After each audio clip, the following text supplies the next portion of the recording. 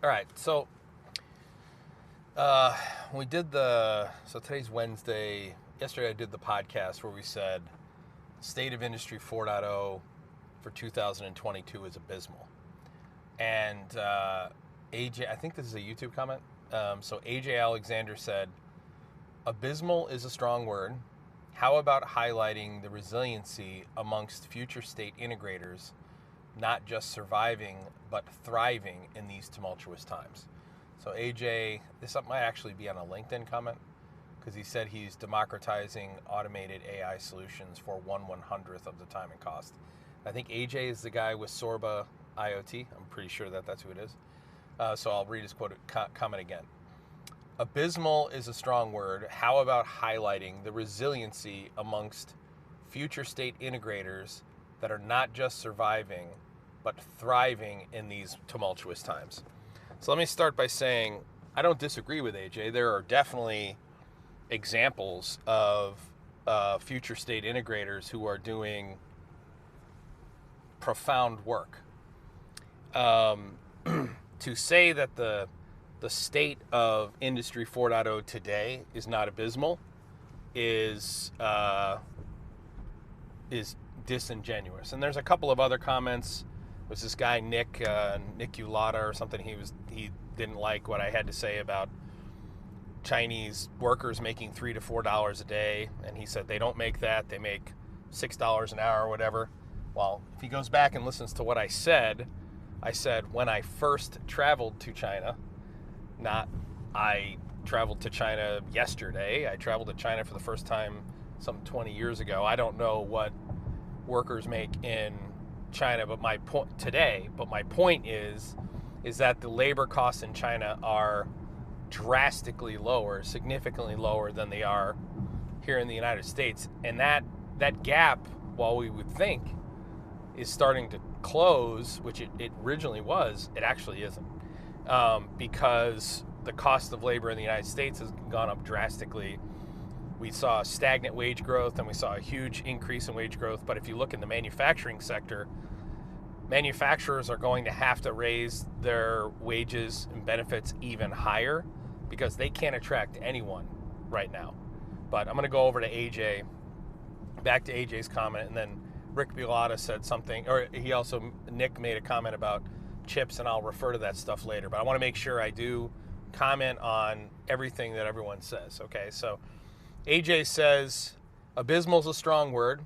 I actually don't think it's strong enough, and here's my point. The ratio of successes to failures is still too low in Industry 4.0. You have too many companies who are approaching their digital transformation journey. They're approaching their digital transformation journey from the same perspective that they used to, which was continuous improvement. They don't understand that there's a fundamental flaw in their premise, and that is that their processes are flawed. Manufacturers approach managing a manufacturing operation from the market or the product in the middle. Digitally transformed organizations, Industry 4.0 organizations, start with the data in the center. The data being the primary commodity. Even if you look at a guy like, say, Rick Bulata, who's a believer, right? Rick's a believer in a single source of truth, unified namespace approach architectures. Rick still isn't sold that manufacturers they need to become data companies. Now, I don't know if that's because he's towards the end of his career and he's only looking at, say, the next 10-year window, and he's only looking at what he could monetize in that 10-year. I don't know. He certainly has the brains and the aptitude and the experience to see that long-term vision. I mean, what does manufacturing look like 30 years from now? Okay, let's talk about the manufacturing future. I don't know what percentage of manufacturing is going to be contract. That is, I am a manufacturer of things, and I'm going to manufacture for many companies who own They own the intellectual product, they own the product, but they're contracting me to do the manufacturing for them. That is going to be the majority of our market, whether that's in 3D printing, whether that is in standardized additive manufacturing, or whether it's, as of yet, some technology that to be discovered. That is the future of manufacturing. We will see hyper specialization. So you think about all the people who develop a product they want manufactured, and then they got to figure out how to manufacture it. And they're not experts in manufacturing, and so they learn manufacturing from scratch. There's a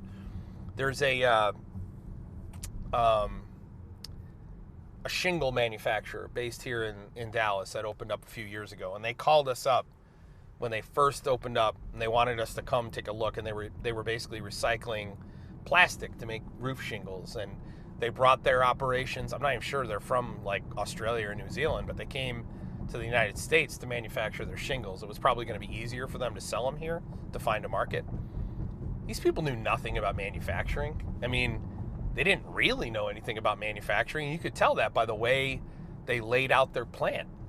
And so they were having to learn not just how to manufacture shingles, but they were having to learn how to manufacture. And there's a massive amount of inefficiency in that learning curve, right? So what is the future of manufacturing? Well, the future of manufacturing is not hiring people who have and bring them into your organization to build your plant from scratch. The future of manufacturing is something more like Giga, where I've created a campus or an ecosystem from really manufacturing anything. And we use technology to plug the OEMs or the owners of the products into our contract manufacturing ecosystem. And then we use augmented reality for the technicians and the process engineers and the product engineers to be in my manufacturing facility, my contract manufacturing facility, virtually as if it's their manufacturing facility. That's the future, right? That's the path we're working towards. Now, does that mean that someone's not going to build a brick and mortar manufacturing facility from the ground up? Of course not. Someone's going to do that. There's going to be some product that has to be manufactured. But the truth is that manufacturing is, I mean, it's a unbelievably untapped market. Manufacturing's not that hard. It really isn't. I mean, once you spend enough time around processes, you realize, holy shit, this is all basically the same. It really is all the same. And integrators can tell you that because, they use the same logic. Logic is based on the physical steps that you have to go through to manufacture something. They use a lot of the logic that they write for manufacturer A. They just copy and paste it into manufacturer B, and then they add in some proprietary code, some individual, maybe they tune a PID loop a little differently, or they put in this sequencer that's unique to this one specific piece of machinery that is built, right? But I mean, the future of manufacturing, a huge chunk of it is going to be contract. That is, the OEMs, the manufacturers who make the goods, aren't actually going to make them. They're going to contract the making of those goods. Well, and that seems to me to be an absolute empirical certainty. So when I talk about the state of Industry 4.0 and I say it's abysmal, what I'm saying is if you remember, I've been saying for years that 1 in 12 are going to make it. Okay, and the rest are going to get acquired. They're going to go out of business. Right? Emerging technology is going to go out of business. Now, I'm sure, Rick Bellotta put a thing in, he said, all memed out, move on to the next thing or whatever.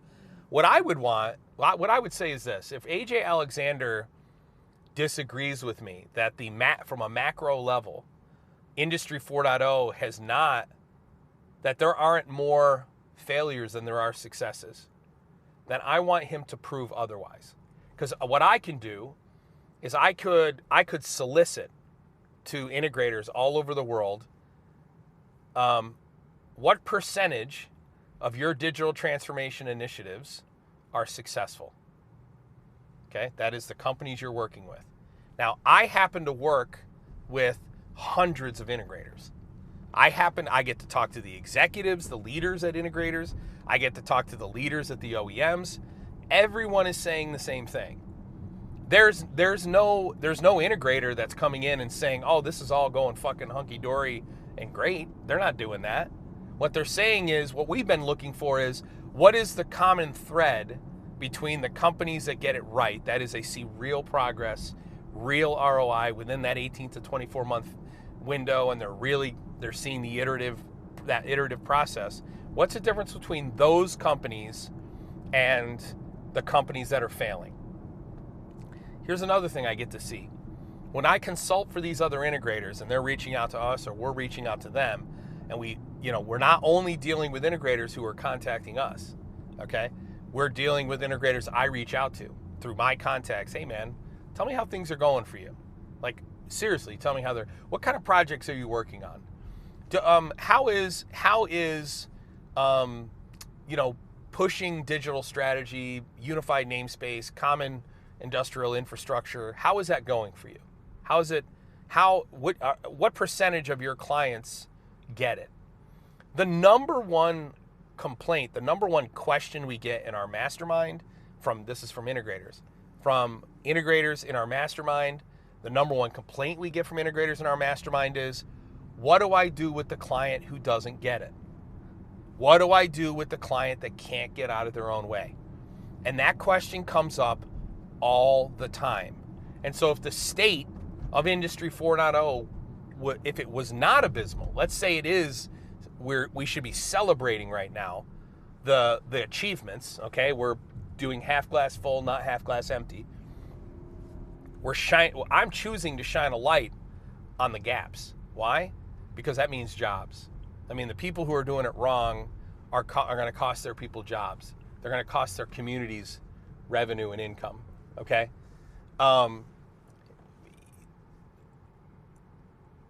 I am shining a light on that right now. I am shining a light on the companies that are getting it wrong because they're the ones who need to figure it out. I don't need to shine a light on the companies that are doing it right. But I see with my own eyes. I see the data with my own eyes, the organizations who are not getting it right, okay? And there's far more of those than there are those who are getting it right. And there's commonality. If you look at the companies that are seeing real movement, there's commonality across those organizations, okay?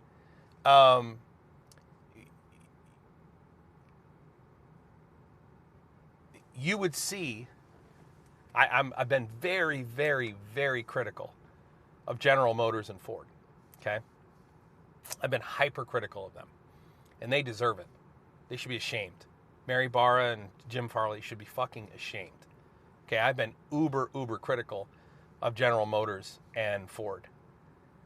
And by the way, I'm going to be proven right. Without government intervention, okay? By the way, without government intervention, GM doesn't even exist. Without government intervention, Ford, right now, Ford and General Motors, all of the union automotive manufacturers are benefiting from incentives that Tesla is not going to benefit from anymore. Okay, there are incentives, financial incentives that only go to these union manufacturing facilities. Without government intervention, Ford doesn't have a chance of catching up. Okay, Rick Bellotta, by the way, would disagree with me. And I suspect he's probably working with Ford, and and Ford's better off for it. Rick is a super smart guy. Rick's going to disagree with me on Ford. I have no bone to pick with Ford. I'm calling it as I see it.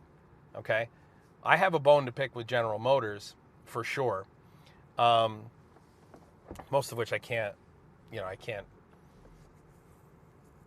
I wish I could explain more in detail, but I can't.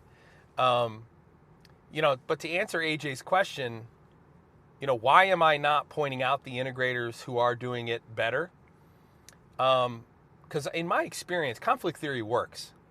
Okay, I went into that podcast yesterday to piss people off, and I told our team knew the day before we're going to be planning an explosive podcast, and the whole point was to get people talking, either call me an idiot or whatever, but to get them talking. Okay, so here's my challenge.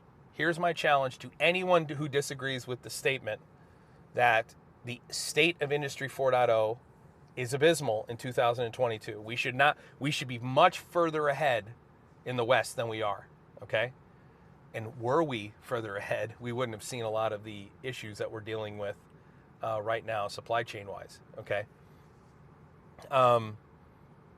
I've seen with my own eyes why we had bread shortages at various times. I've seen with my own eyes why we've had shortages of other goods and services in the West during the pandemic with my own eyes. And I've seen the gaps that could be closed, and all of them could have been closed years ago. Years ago. Okay? I remember something. I am not a capitalist. I'm a principled capitalist, but I'm not in this to make money. Okay? I'm in this to change the world. Okay? I'm in this to help save and create middle-class jobs. And honestly, I don't give a shit who I offend. I really don't care who I offend. And if offending people will get people to take the state of Industry 4.0 seriously, then that's what I'm going to do. Okay, it's what I'm going to do. So if you disagree with me, on what I said about Ford, if you disagree with me on what I said about GM, prove me wrong. If you disagree with me that Industry 4.0, the state of Industry 4.0 is abysmal in 2022, prove me wrong. And don't give me the exception. I want you to show me the rule. What I'm arguing is that the rule, the 2 standard deviations above and below the mean, are that state is abysmal. And by the way, I have the data to prove it. Okay, the digital transformation maturity assessment data comes to me.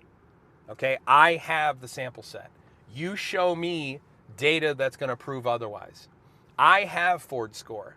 I have General Motors score.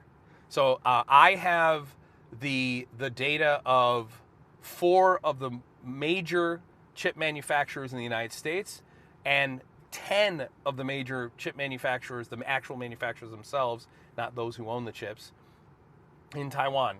Okay? I know the quality numbers. I know the yield numbers. I've seen them with my own eyes. Okay? I know the infrastructure numbers. I know the rankings across all 10 pillars. If you disagree with me, give me something empirical that defends your position, okay? There's a lot of really smart people in this industry. And we have to start by being honest with one another about the current state. We also got to be honest with one another about our motivations. Okay, why are we doing this? Why are you an Industry 4.0 professional? You know what I mean? Is it because you think you can get rich doing it? Or is it something bigger? One of the things that I've discovered is that, I am a capitalist. I'm a principled capitalist, but I'm a capitalist. I believe that individuals who are looking out for their own self-interest can do good for the broader public. But I don't agree with that during transformative times. Okay? I believe that right now we're in a period where for pure capitalism to benefit the greater good, both parties have to be educated. Both parties have to go in with both eyes open. Both parties need to be able to weigh pros, cons, cost, and benefit. We are not in a period right now where that's possible. The customer, the manufacturer, doesn't have the education because we're in the beginning of that transformative process where we as professionals have to educate them about the possibilities. And there are far too many opportunists who are educating their clients incorrectly. Why? To steer them towards a product that they're going to financially benefit from, to steer them towards an ecosystem that they're going to financially benefit from, or to steer them through a methodology or a strategy that's going to keep the cash cow going. Okay? I don't hear other people telling manufacturers, I'm not going to take your money because I don't think it's going to benefit for you. I don't hear other people doing that. Okay? And I definitely don't hear the people who are critical on LinkedIn and YouTube that they're doing those things. I definitely don't hear them saying, they're not telling their customers, no, I'm not going to take your money because you're not going to get the value that you think you're going to get. I do that. Our team does that. Okay? My opinion that the current state of Industry 4.0 is abysmal is empirically supported. It's experientially supported and anecdotally. And moreover, there are thousands and thousands of people who agree with me on these points. I do want to go to Nick, what Nick said. So AJ, I appreciate the comment. I really do. And yes, I could shine a light on the people who are doing it right. And you know what? I probably will. But that wasn't my purpose in the podcast. My purpose in the podcast was to talk about the rule, not the exception. And what I'm saying is those who fall within 2 standard deviations of the mean in current state right now, it's abysmal. That 2+ standard deviation above the mean, the outliers out there, yeah, obviously they're gold standard. But the people who are around the mean aren't moving fast enough. We're not moving the bell curve to the right at a fast enough rate, and that's abysmal. Okay? When it comes to Nick, the comments that he made, I think his name is Nick, the comments he made about semiconductors and stuff like that, the data that I gave about Chinese workers making $3 to $4 a day, that data is 20 years old. I mean, that's what they were making when I went out there the very first time. I said the very first time I went out for a U.S. manufacturer. So I think he just missed that I said that. I don't know what they make today, but I still know that it's drastically less than what you make in the United States, and that labor is the reason that we're still manufacturing chips overseas. In terms of the Taiwanese making the best chips, you're wrong. You happen to be wrong. If you were to look at that in absolute terms, so if you were to say absolutely where the Taiwanese are today and absolutely where the U.S. market is today, the Taiwanese make the best chips. I'm not arguing that in absolute terms. What I'm saying is that if you take the exponential learning curve of American semiconductor manufacturers, you look at how quickly they improve yields relative to how long it takes the Taiwanese to improve their yields, Americans are ahead of the curve. Americans have the highest quality chips produced at the same interval from time zero. Okay, that's what I'm saying. The Taiwanese manufacture a lot more chips. They have a lot more experience, and they have a lot more experience, and they do a lot more chips. But by the time American semiconductor manufacturers get to that same number, their yield will be far, far greater, far, far higher than it is in Taiwan. But I don't want to diminish what it is you know about semiconductors. I'm a jack of all trades and a master of some. You're clearly a master of the semiconductor trade. What I will say is this, is clearly what we posted yesterday, that podcast achieved its goal. It got people talking, and now one of two things is going to happen. People are either going to engage and try to make the argument that the state of Industry 4.0 is not abysmal, or Rick Bellotta might come on here and try to make the argument that Ford is leading the way in Industry 4.0. By the way, I'd love for Rick to do that. I'd love for him to come on the podcast and defend Ford. I'd love for somebody to come on and defend GM, if I'm being honest with you. I think you'd look foolish if you did that, but I would love for somebody to do it, because I think it would help make the argument better. It's a lot more effective if I make someone who's defending a company look foolish than if I just go on and throw some haymaker or whatever. I mean, obviously, if I clearly did not call out Jim Farley and Mary Barra without doing my homework first, okay, without knowing,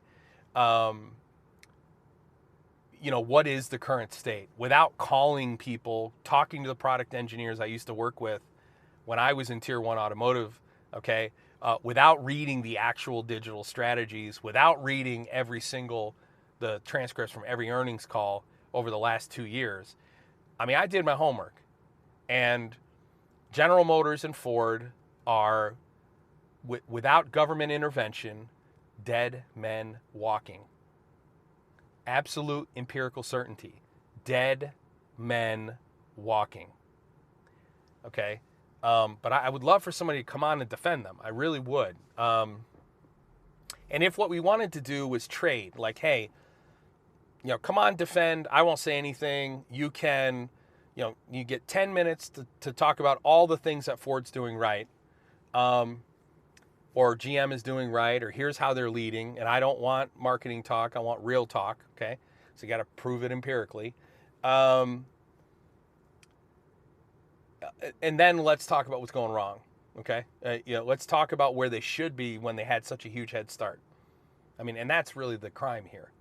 The crime is that really, why did it take Tesla?